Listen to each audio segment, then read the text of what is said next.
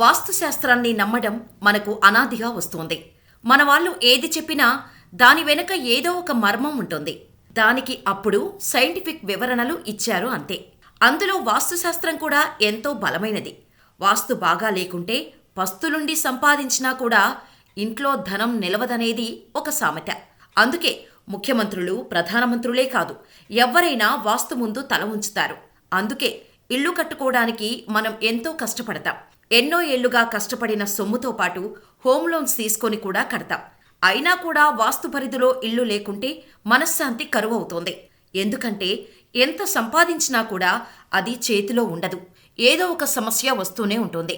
అందుకే వాస్తుశాస్త్రం ప్రకారం కట్టుకోవాలి.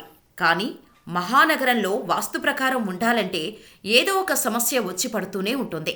వాస్తులోనే కొన్ని సలహాలు, సూచనలు పాటిస్తే సరి అంటారు పండితులు. వాస్తుశాస్త్రానికి కొంతమంది పండితులు వేదిక శాస్త్రంలోని జ్యోతిష్యాన్ని జోడించి ధనం ఎలా నిలుపుకోవచ్చో కొన్ని సూచనలు చేస్తున్నారు. తూర్పు వైపున ముఖద్వారం ఉండేలా చూసుకోవడం కామన్. ఇటు సూర్యకిరణాలతో పాటు అదృష్టం కూడా ఇంట్లోకి వస్తుందని నమ్ముతారు. అయితే ఎదురుగా ఏదైనా ఇల్లు ఉంటే దాని నీడ పడుతుంది. ఒకరి ఇంటి నీడ పడుతుందంటే అది మనకు అరిష్టాలను తెచ్చిపెట్టడమే కాదు, మన అదృష్టాన్ని కూడా తన్నుకుపోతుందనేది వాస్తు పండితుల మాట. ఎట్టి పరిస్థితులలోనూ తూర్పు వైపు నుండి మరో ఇంటి నీడ మన ఇంటి మీద పడకుండా చూసుకోవాలి. ఇది ఏ శాస్త్రం ప్రకారం చూసినా ఇబ్బందికరమైన పరిస్థితే. అయితే ఇంటికి తూర్పు వైపున పెద్ద పెద్ద బిల్డింగ్స్ ఉన్నప్పుడు కొన్నిసార్లు తప్పదు. కానీ కనీసం కొద్దిగైనా ఎండపడేలా అంటే మరో అంతస్తు వేసుకొని అయినా సూర్యభగవానుడి కిరణాలు ఇంటి మీద పడేలా చూసుకోవాలి. అలా కూడా లేదంటే ఇంట్లో లక్ష్మి నిలబడదంటారు. ఎటు చూసినా ఇంటికి వాస్తు సెట్ చేయలేకపోతే ఇంట్లో లక్ష్మిని నిలబెట్టుకోవడానికి కొన్ని చిట్కాలు చెబుతున్నారు వాస్తు పండితులు. తూర్పు వైపు ఇంటి మీద నీడ పడ్డా కూడా లక్ష్మిని మనం నిలుపుకోవచ్చు. అంటే సంపాదించిన వాటిని మనం కూడబెట్టుకోవచ్చన్నమాట. ఇంట్లో దక్షిణం వైపు కానీ నైరుతి వైపు కానీ అల్మారా పెట్టుకోవాలి. లేదంటే ఇంట్లో ఎక్కడైతే బంగారం, డబ్బు దాస్తామో అది దక్షిణం వైపు కానీ నైరుతి వైపు కానీ ఉండేలా చూసుకోవాలి. ఇక డబ్బు వస్తువుల కింద పెట్టుకోకూడదు. లాక్ చేసుకుంటే సరిపోయేలా ఉండాలి. అలా ఉంటేనే సంపాదన పెరుగుతుంది. దానితో పాటు సంపాదించిన సొమ్ము నిలుస్తుంది. మన ఆదాయం రెట్టింపయ్యే అవకాశం కూడా ఉంటుంది.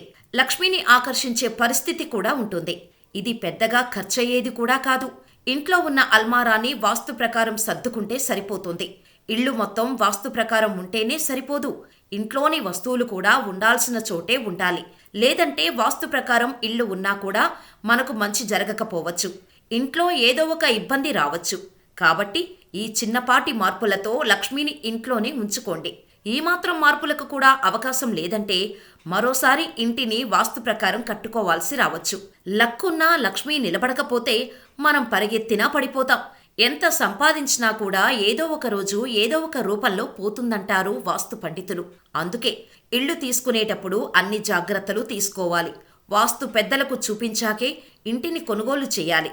ఒక్కసారి కొంటే మనం వెనక్కు వెళ్లలేం. మార్పులు చేయాలన్నా కూడా ఖర్చుతో కూడుకున్న పని. అందుకే అదృష్టం ఉన్నా కూడా కొన్నిసార్లు దురదృష్టం వెంటాడుతుంటుంది. చేతికి వచ్చినట్టే వచ్చి చేజారుతుంటాయి. అలా కాకుండా ఉండాలంటే ఇల్లు కనీసం వాస్తు నిబంధనల ప్రకారం ఉండేలా చూసుకోవాలి. ఇవేవీ శ్రద్ధ లేకుండా ఉంటే మనం ఏం చేసినా కూడా ఇంట్లో డబ్బు నిలవదు.